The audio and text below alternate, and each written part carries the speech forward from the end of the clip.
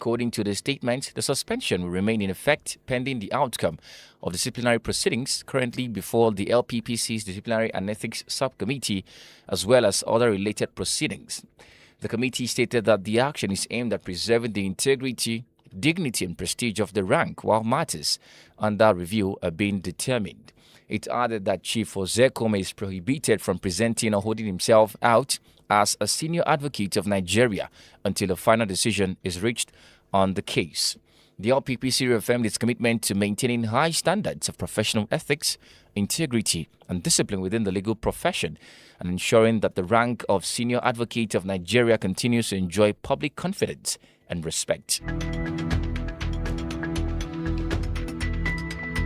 Moving on, the fight against illegal drugs in Nigeria has intensified as the National Drug Law Enforcement Agency (NDLEA) uncovers another industrial-scale clandestine methamphetamine laboratory hidden inside a forest in Oyo State.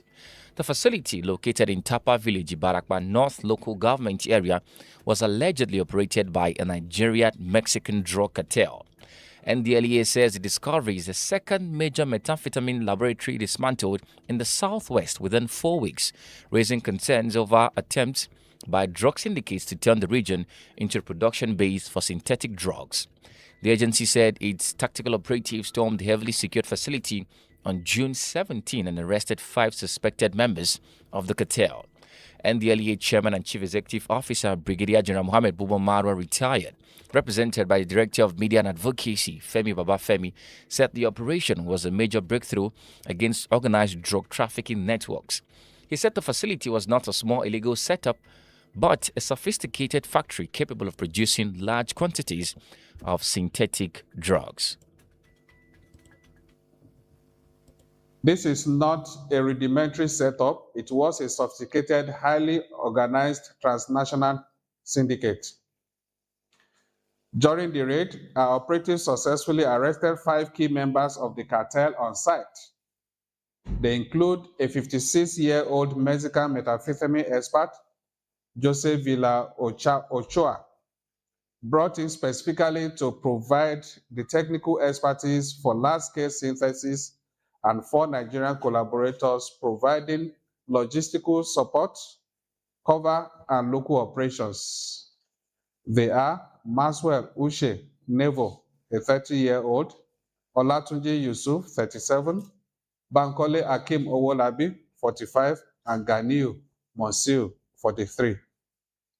The arrest of a foreign cartel specialist on Nigerian soil underscores the transnational nature of this threat, but more importantly, it underscores our agency's world-class intelligence capability to track, intercept, and neutralize them.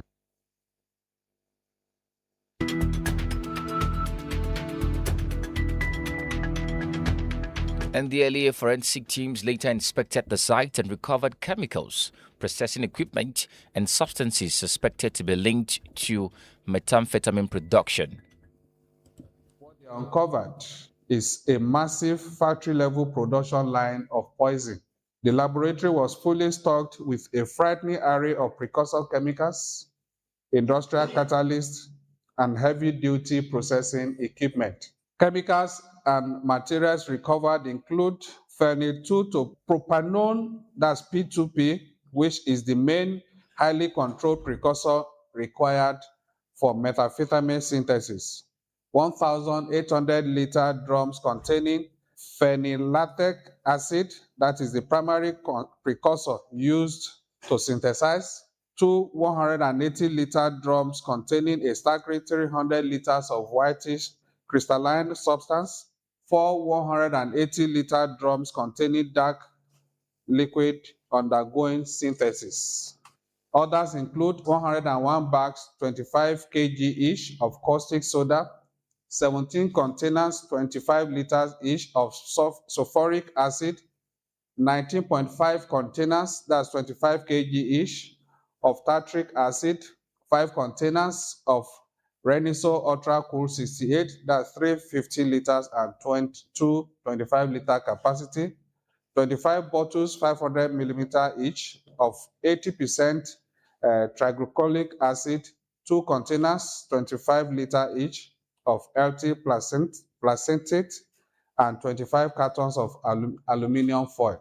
The industrial processing equipment discovered at the site include 1 reactor port, which is the heart of the chemical synthesis, 2 mounted distillation units, and 3 fabricated mixers and condensers, as well as 2 vegetable dehydrator machines used for the rapid drying of the crystals. The latest discovery follows a similar operation in Ogun State, which NDLEA says suggests that criminal networks may be attempting to establish synthetic drug production centers in the southwest. Mara warned drug cartels that hiding in remote locations would not protect them from law enforcement. The NDLEA boss commended officers involved in the operation and appealed to Nigerians to continue providing credible information to support the fight against drug trafficking. The agency says investigations are ongoing as efforts continue to identify and arrest other members of the syndicate.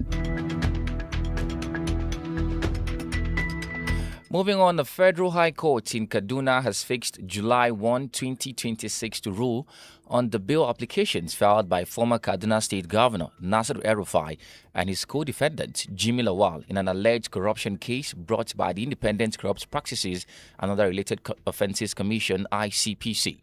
Justice Hawal Buhari adjourned the matter after hearing argument from both the prosecution and defense teams.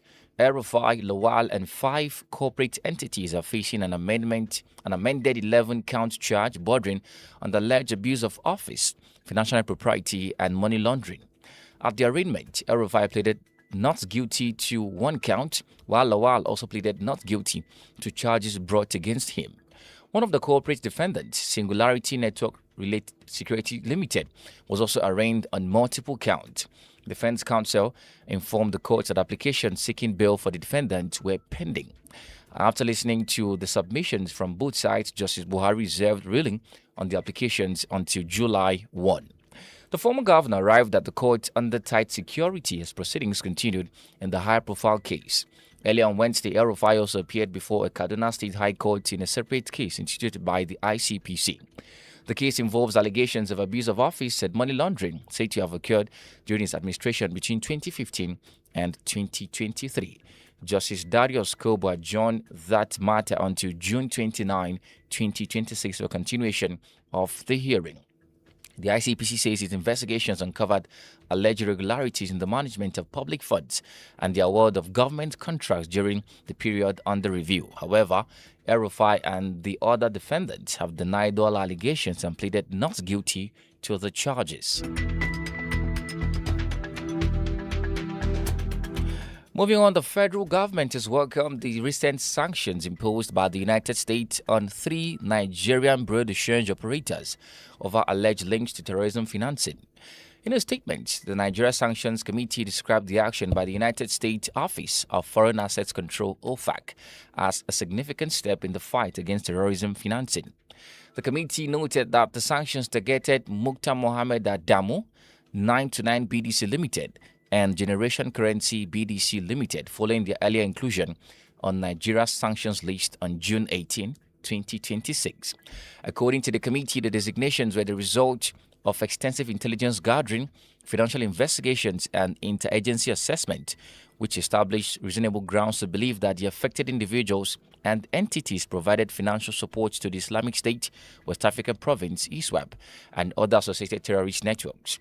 The government said the sanctions are part of ongoing efforts to disrupt the financial structures that sustain terrorism and violent extremism.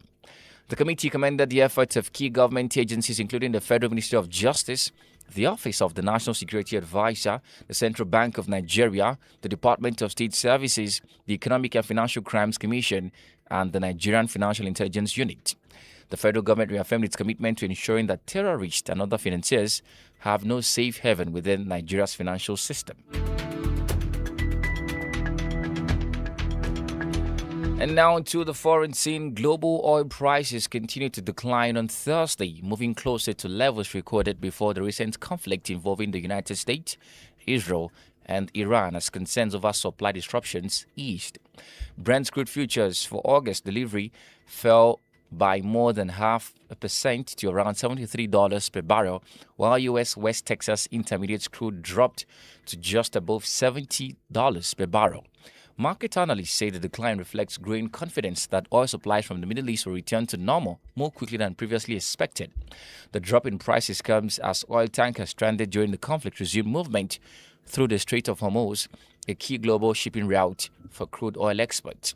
United States Energy Secretary Chris Wright said oil flows through the strait are now approaching pre-conflict levels, with more than 20 million barrels transported through the waterway in the last 24 hours. Although some safety concerns remain, including ongoing demining operations, authorities say a gradual return to normal shipping activities is underway. And now to sports. Switzerland and Canada became the latest teams to qualify for the knockout stage of the 2026 FIFA World Cup on Wednesday. Switzerland secured top spots in Group B with a 2-1 victory over Canada in Vancouver, courtesy of goals from Ruben Vargas and Johan Manzambi.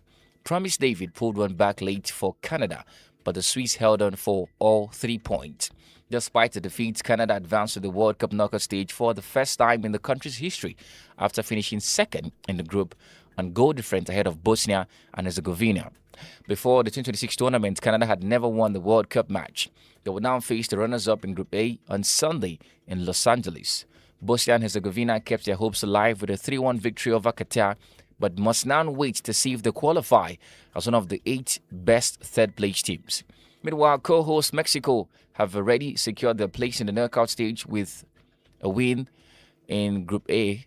They would now face Czech Republic, who must win their key qualification hopes alive. The final round of group stage matches continues over the next 4 days, with 6 matches scheduled each day following the expansion of the World Cup to 48 teams. And this has been the news on Cleanbeat 91.5 FM Abuja. Kindly follow us on our social platforms at Cleanbeat 915 FM on X, Instagram, Facebook, and Cleanbeat 91.5 on TikTok. Don't let drugs write your story. Help is here. Reach out, get support, and take advantage of counseling and recovery programs. Reclaim your future. Thank you for listening. I am Isaac. Good morning.